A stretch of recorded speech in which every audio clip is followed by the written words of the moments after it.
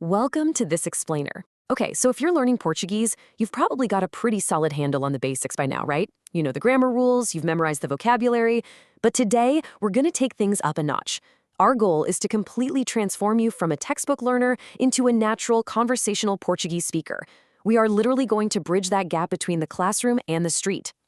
So, quick question for you. Do you want to sound more natural? Because if you've ever felt like your translations are coming off just a bit too stiff or maybe a little too formal, well, the 5 expressions we're about to cover, they're going to be your absolute secret weapon for real-world fluency. Let's jump right in. Section 1. Deflecting and apologizing. Okay, let's dive into this. And that brings us to our very first phrase. You know, there is this incredibly satisfying direct mapping between the popular English phrase, my bad, and its exact Portuguese equivalent, foi mal. It translates so perfectly, not just in meaning, but in the exact same vibe. Now, context is absolutely everything here. Foi mal is your go-to, super casual way to apologize in informal situations. It's the absolute perfect tool for those low-stakes, everyday oops moments. I mean, you definitely wouldn't use this in a formal email to your boss, but hanging out with your friends? Absolutely. So let's see how this actually plays out in real life. Just imagine this happening. Opa, derrubei seu copo, foi mal. Oops, I knocked over your cup, my bad. See? It's just a quick, breezy apology to brush off a minor accident. Throwing that into a conversation instantly makes you sound like a local. All right, let's pivot to a slightly more defensive social scenario. Our next phrase, that's beside the point, becomes isso não vem ao caso. Now, literally, that translates a bit closer to that doesn't come to the case. But the intent, totally identical. The really crucial point here is knowing exactly when to deploy this. You use this phrase when someone brings up something completely irrelevant. Think of it as your verbal tool for when somebody tries to drag random details into the discussion, and you need to confidently, steer things right back on track. Picture a scenario where someone is trying to change the subject just to avoid taking the blame. You'd say this with a firm, maybe slightly exasperated tone. Estamos falando do seu atraso, não da minha roupa. Isso não vem ao caso. We're talking about your delay, not my clothes. That's beside the point. Do you see how it adds that perfect touch of authority? You are totally in control of the conversation. Section 2. Mastering perfect timing. We're going to quickly decode 2 absolutely essential timing tools today. First up, na hora certa, which means just in time. And second, é uma questão de tempo, meaning a matter of time. Let's break these down. What's really interesting here is how perfectly these idioms mirror each other across languages. Just in time directly pairs with na hora certa. Literally translated, it just means at the right hour. By definition, you use this phrase when something happens at the absolute perfect or necessary moment.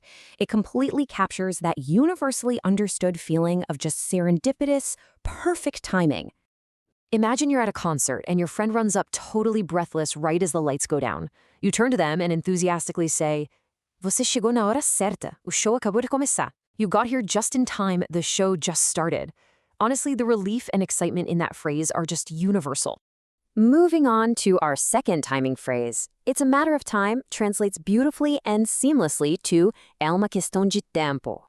The really important point for this expression is that it's used when something is just bound to happen soon. It's all about expressing complete inevitability. When you use this, you are projecting absolute certainty about a future event. No doubts about it. Let's hear how this sounds in context. Eles vão se mudar para o Brasil. É só uma questão de tempo. They're moving to Brazil. It's just a matter of time. You deliver this with a tone of really confident anticipation. You know for a fact it's going to happen, and now, well, you know exactly how to say it like a native. Section 3, the moment of understanding. Now, there is a super fascinating cultural mapping going on here.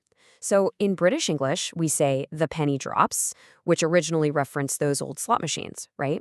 Well, in Portuguese, it's cair a ficha, which literally means the token drops, and that actually references old public payphones in Brazil.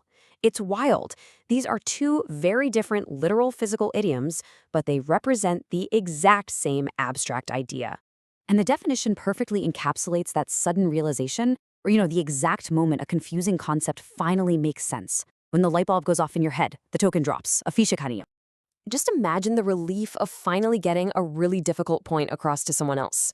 You'd recount the story by saying, Eu expliquei várias vezes, mas a ficha só caiu quando ela viu o vídeo.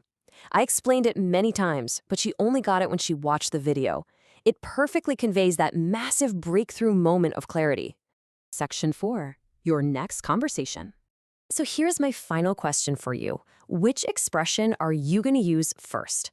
Are you going to drop cair a ficha in your next chat to show you finally understand something? Or maybe just a quick foi mal next time you bump into someone?